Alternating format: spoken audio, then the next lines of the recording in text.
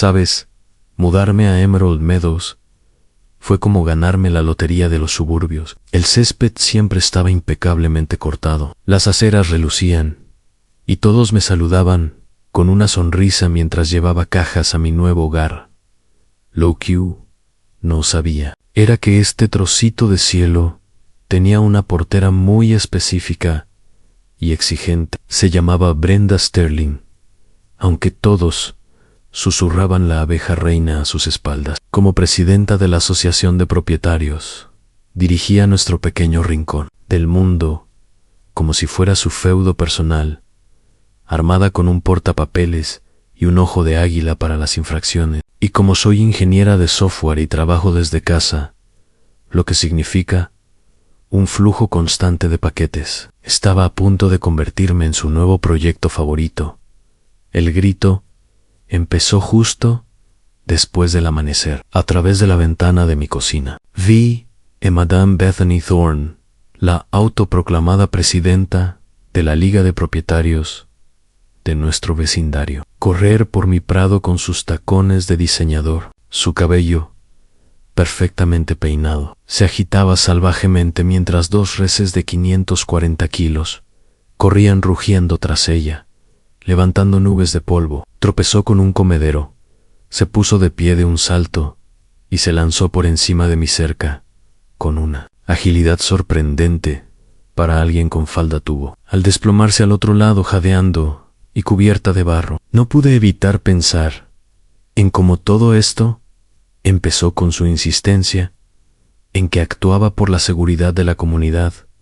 Había pasado años ahorrando para esta casa, la casa de mis sueños, en Sandstone Estate. El barrio era tranquilo, con calles arboladas y propiedades impecablemente mantenidas. Sí, la Liga de Propietarios tenía normas estrictas, pero pensé que ese era simplemente el precio de vivir en un lugar tan bonito. Como arquitecta, paisajista de profesión, el espacioso patio trasero fue lo que realmente me convenció de la propiedad. Había pasado meses creando con esmero el santuario exterior, perfecto, un huerto floreciente en una esquina, macizos de flores vibrantes que bordeaban el perímetro y un pequeño estanque tranquilo con una suave cascada. El verdadero problema empezó hace un tiempo por entonces. La escuché en una reunión comunitaria hablando de un proyecto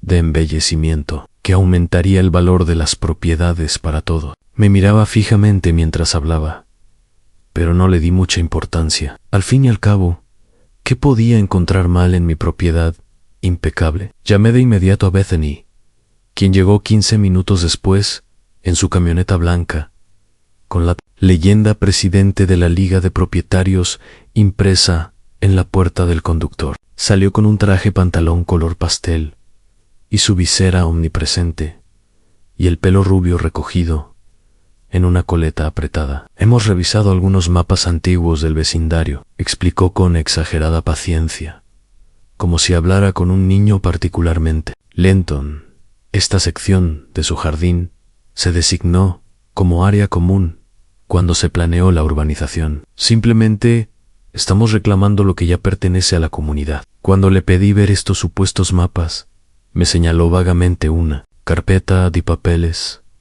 pero se negó a que los examinara con atención. La Junta ya aprobó este proyecto, dijo secamente. Si interfiere, recibirá una multa de $500 diarios por obstrucción a los asuntos de la Liga de Propietarios. Intenté llamar a otros miembros de la Junta, pero misteriosamente ninguno me devolvió la llamada. Envié correos electrónicos que se desvanecían en el éter y dejé mensajes de voz que se perdían en el vacío. Más tarde, me enteré de que Bethany tenía la astuta costumbre de programar reuniones de emergencia de la Junta cuando algunos miembros no podían asistir, y luego sacar adelante sus proyectos favoritos con mínima supervisión.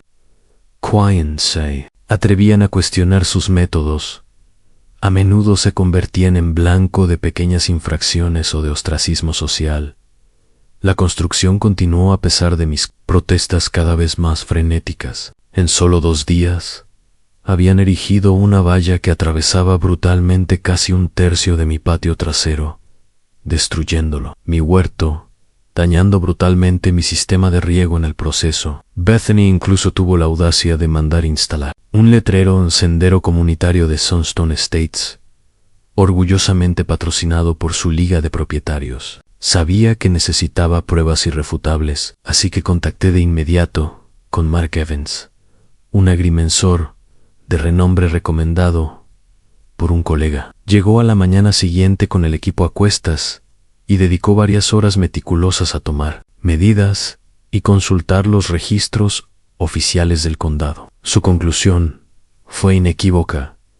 Esta es 100% su propiedad, confirmó, mostrándome el informe detallado del estudio. No hay servidumbre de paso, ni designación comunitaria, nada que otorgue a la Liga de Propietarios derecho alguno a construir aquí.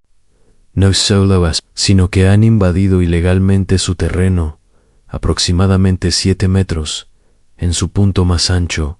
Con esta información, reuní todos los documentos relevantes que pude encontrar en mi escritura. Los registros de la propiedad, los planos catastrales, el informe detallado del perito y numerosas fotografías de los daños causados. Además, por si acaso, instalé discretas cámaras de seguridad alrededor de mi propiedad. Tuve la escalofriante premonición de que Bethany podría intentar agravar la situación. Esa noche recibí un correo electrónico de Bethany para todo el vecindario, anunciando con orgullo una reunión especial de la Liga de Propietarios para celebrar la exitosa primera fase de nuestro proyecto de sendero comunitario. El correo electrónico también detallaba los planes para recuperar secciones infrautilizadas de varias otras propiedades. Me hirvió la sangre al darme cuenta, con creciente horror, de que no era su único objetivo. Solo el primero. La reunión se celebró en la casa club comunitaria, con Bethany presidiendo desde una mesa elevada al frente del salón, disfrutando de el foco de atención. Incluso había preparado una brillante presentación de PowerPoint, mostrando fotos delante. Y él después de Ann, cuando finalmente se abrió el turno de preguntas. Mi Pius DP. La sala quedó en silencio, mientras me acercaba tranquilamente al frente, con mi carpeta de documentos meticulosamente organizados. Me gustaría saber, comencé con voz clara y firme, con qué autoridad la Liga de Propietarios retiró plantas de mi propiedad, dañó mi sistema de riego y construyó una cerca en un terreno que, según los registros del condado y un estudio profesional realizado ayer, me pertenece exclusivamente. La sonrisa de Bethany no se alteró, pero sus nudillos se pusieron blancos alrededor del mazo. Como ya le expliqué en privado, dijo con forzada paciencia, tenemos documentación que demuestra que esa zona fue designada como propiedad comunitaria en los planos originales de desarrollo. Me gustaría ver esa documentación, dije, con la voz lo suficientemente alta como para que todos en la sala abarrotada pudieran oírla, porque tengo aquí el plano catastral original, la escritura de mi propiedad y un informe de estudio jurado, todo confirmando inequívocamente que la tierra es mía. También tengo fotografías de los cuantiosos daños a mi propiedad, valorados en más de $3,000. Los murmullos se extendieron por la sala como un reguero de pólvora. Bethany pidió rápidamente orden y puso fin abruptamente al turno de preguntas. Trataremos este asunto en privado, susurró al pasar junto a mí. Está cometiendo un grave error, señor Finch. A la mañana siguiente, visité la oficina de permisos del condado y a mi abogado. Me enteré de que no se habían solicitado permisos para la construcción de la cerca, otra flagrante violación de los estatutos de la Liga de Propietarios y de las regulaciones del condado. Mi abogada, Elena Martínez, especializada en disputas inmobiliarias, se interesó de inmediato en el caso Anne. Esto es una extralimitación de manual, dijo después de revisar meticulosamente mis documentos. Y si planea hacerles esto a otros propietarios, estamos ante un patrón de comportamiento que fácilmente podría constituir fraude y un grave abuso de poder. Inmediatamente presentamos una demanda contra Bethany personalmente y contra la Junta de la Liga de Propietarios por allanamiento de morada, daños a la propiedad, fraude y flagrante violación de los estatutos de la Asociación de Propietarios. También denunciamos la construcción no autorizada a la Oficina de Cumplimiento del Código del Condado, que emitió de inmediato una orden de suspensión de obras para todo el proyecto del sendero comunitario. La noticia de mi acción legal corrió como la pólvora por el vecindario. En cuestión de días, mi teléfono no paraba de sonar con llamadas de otros propietarios que habían sufrido acoso similar por parte de Bethany. Uno había sido multado repetidamente por una infracción que, según Bethany, era 5 centímetros más alta de lo normal, a pesar de haber recibido autorización previa. A otro se le había denegado el permiso para instalar una rampa de acceso médico para su esposa, que usaba silla de ruedas. Un tercero descubrió que Bethany había entrado descaradamente en su patio trasero mientras trabajaban para documentar infracciones. Cada historia era más escandalosa que la anterior, y juntas pintaban una imagen escalofriantemente consistente de una mujer ebria del escaso poder que le habían otorgado. Pero lo más importante es que varios miembros de la Junta finalmente rompieron su silencio, revelando tímidamente que Bethany a menudo actuaba sin la debida autorización de la Junta y, a veces, incluso falsificaba firmas en documentos oficiales. Documentos en los investigadores del condado llegaron la semana siguiente. Entrevistaron a los vecinos, examinaron meticulosamente la obra y revisaron los registros financieros de la Liga de Propietarios.